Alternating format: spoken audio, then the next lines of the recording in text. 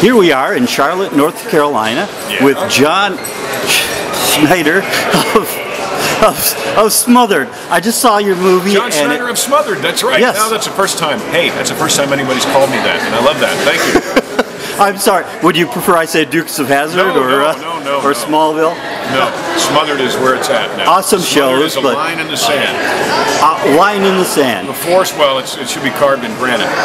I'm hoping that there will be my career before Smothered and then my career after Smothered, rather than always talking about Dukes. Love Dukes of Hazzard, but I think Smothered could very well be the turning point where people start talking about the writer-director rather than the guy in the orange car.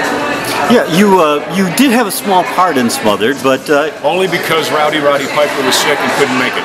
Really? Is that how you got your own? That's how I wound up in it. Yeah, my plan was not to be in Smothered, but Roddy came out down with something and he couldn't fly.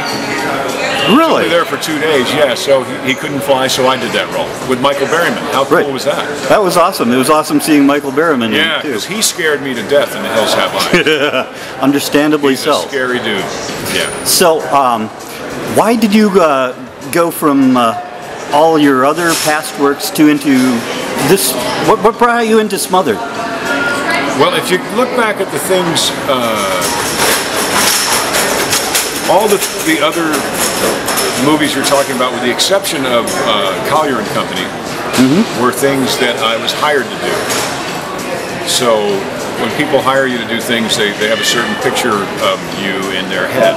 Right. But the pictures that are in my head are much darker than that. They are more horror film, or they're films about hospice, they're films about Alzheimer's and dementia, they're films about justifiable homicide.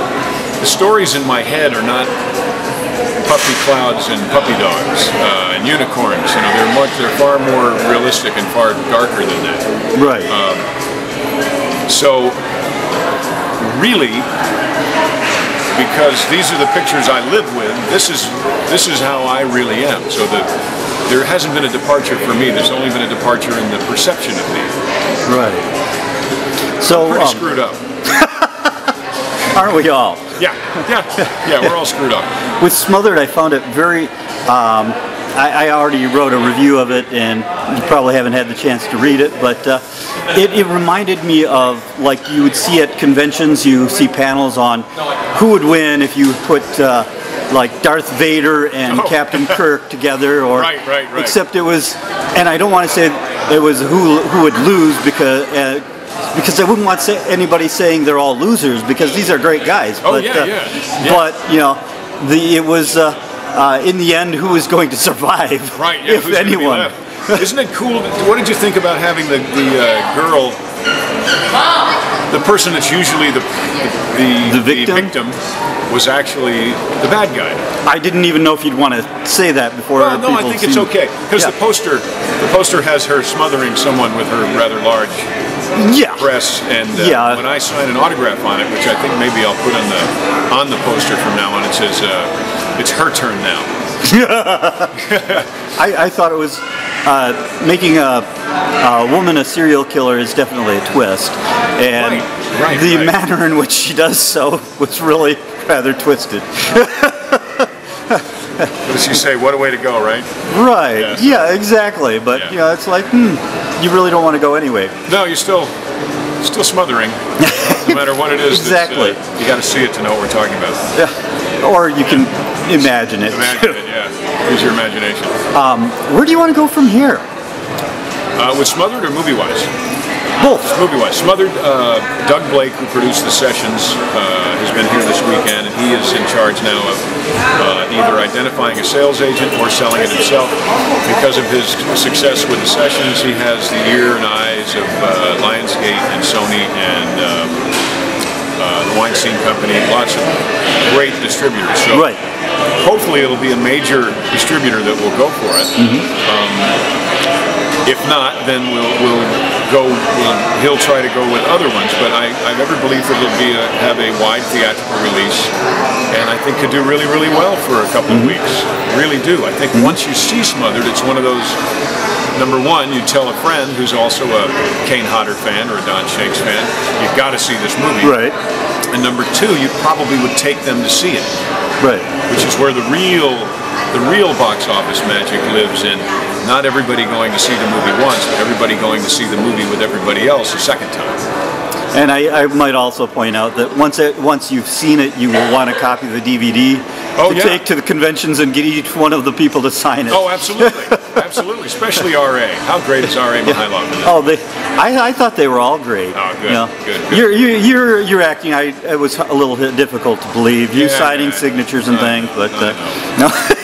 And then personally, where we filmed Smothered, I bought the property where we filmed it. It was a honestly haunted camp, rumored to be haunted in Louisiana outside of Baton Rouge. That's where we filmed. I bought it. It has 2 houses and a sound stage and a bunch of outbuildings, a lot of water, a lake, a river, and a swamp. So that is now John Schneider Studios. So come April 15th, because nothing good happens on April 15th, we decided we would start pre-production on the next film, which is called Anderson Bench. Very cool. So we'll be pre-production for a couple of weeks, and then we'll be filming that in and around Baton Rouge and also right there in the studio.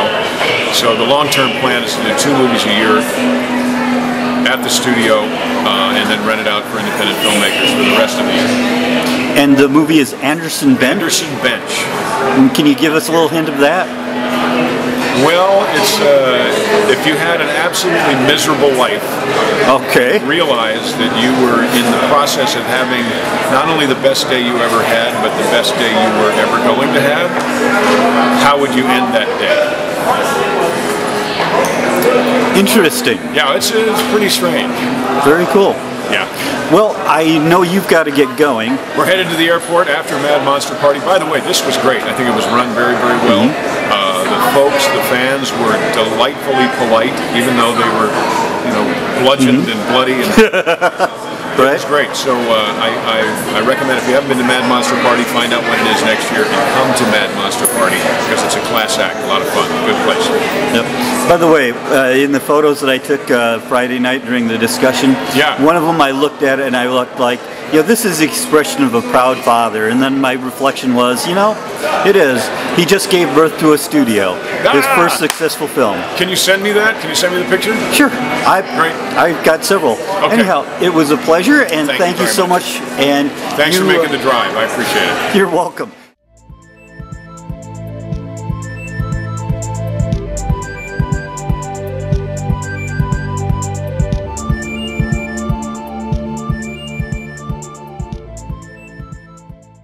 Weird.